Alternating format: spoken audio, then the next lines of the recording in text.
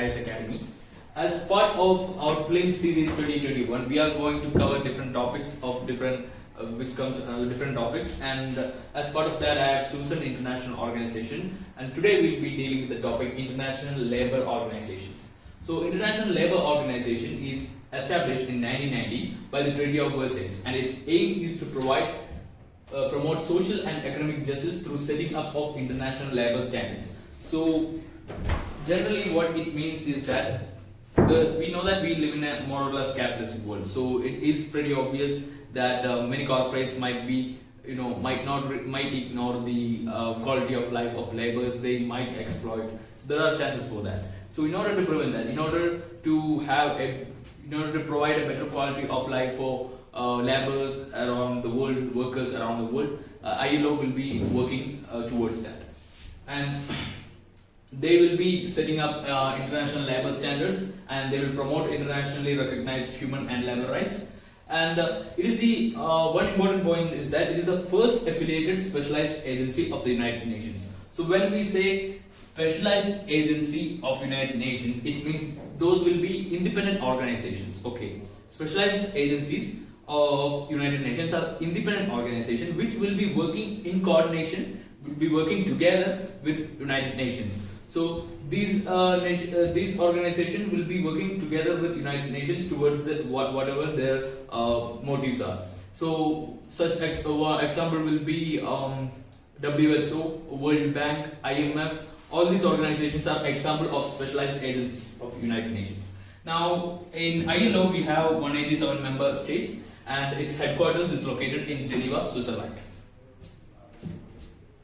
What are the objectives? As I have said before, the objective is to provide a better social security to laborers around the world, and for that they are going to create different kind of standards.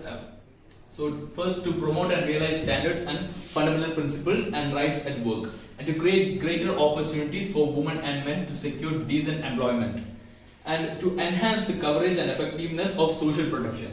So social protection for laborers around the world, and to strengthen tripartism and social dialogue, and to achieve decent work for all by promoting social dialogue, social protection and employment creation, as well as respect for international labor standards. So they are going to set different proper labor standards, so that nations which sign this treaty, those nations which are going to sign the convention, are supposed to create laws that are going to provide a better quality of life for laborers, and they are going to follow that. So what is the significance of this? So it is the first affiliate, as I've said before, it is the first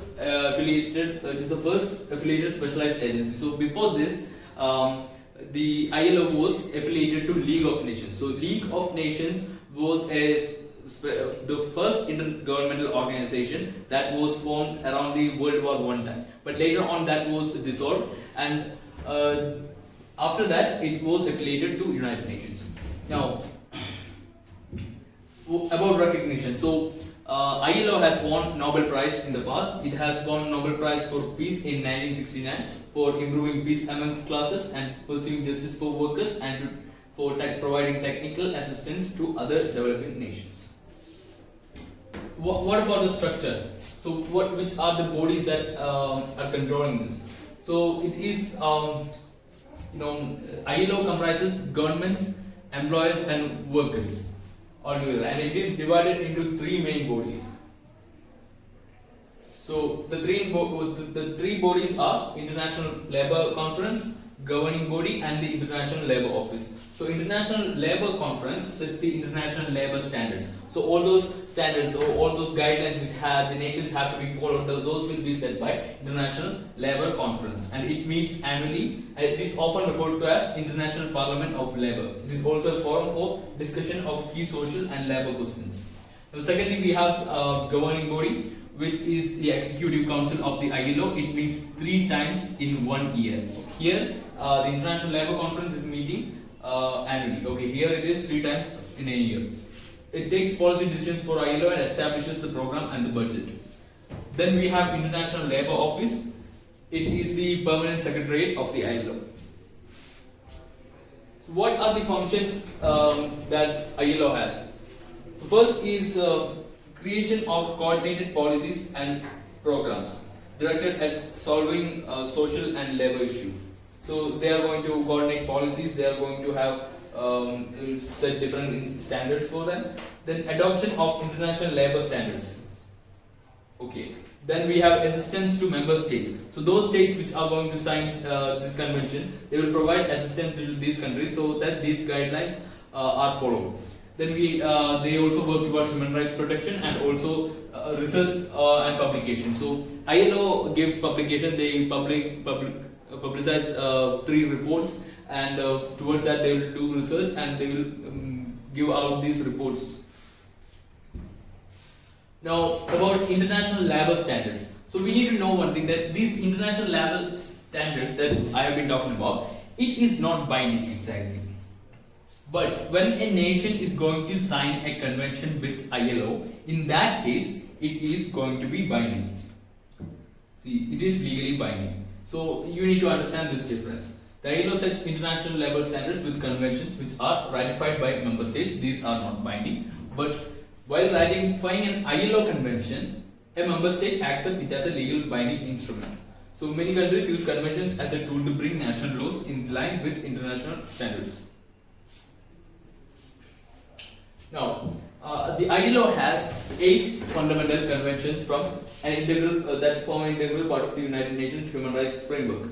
So these are the 8 core conventions which the ILO wants the member countries to sign. Now, overall 135 member states have signed all these 8 conventions, but 48 of the countries have not signed. This is out of 187, totally 187 members are there. So out of that, 48 have not signed. Alright, these are the 8 core conventions of the ILO. Forced Labor Convention, Abolition of Forced Labor, Equal Remuneration Convention, Discrimination of Employment Occupation Convention, Minimum Age Convention, Worst Form of Child Labor, Freedom of Association and Protection of Right to Organize Convention, and Right to Organize and Collective Bargaining Convention. So out of these 8, India has signed 6 of them, excluding these 2. I'll tell you about what's the reason. So India has ratified 6 out of the 8 core fundamental ILO conventions, right?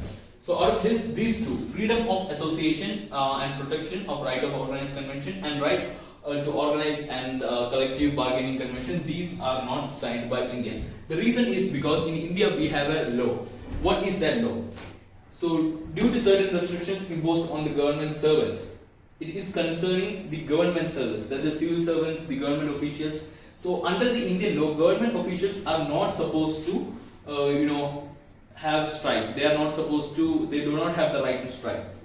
They cannot openly criticize the government policies, and they cannot freely accept a financial contribution or join any foreign organization. These are the laws that we have in India regarding government officials. So that our country want to keep these laws, and that's the reason why we have not actually signed these 2 conventions. Apart from that, we have signed 6 of them. Now, about the reports that's being published by ILO, we have World Employment and Social Outlook, which is going to talk about the employment rates and give all the math about all the data about employment around the world. And we have Global Wage Report, which is going to talk about the wages, and the Global Wage Report in 2018 even talked about the gender gap, and World Social Protection Report too. So that's all about ILO that we have today. So for more videos, you have to follow us on YouTube, subscribe to our YouTube channel, and also follow us on our Instagram. We have a lot of infographics and a lot of data there. Also, you can visit our website believersize.com in order to receive free current affair materials, and you can also contact us in this number. Thank you.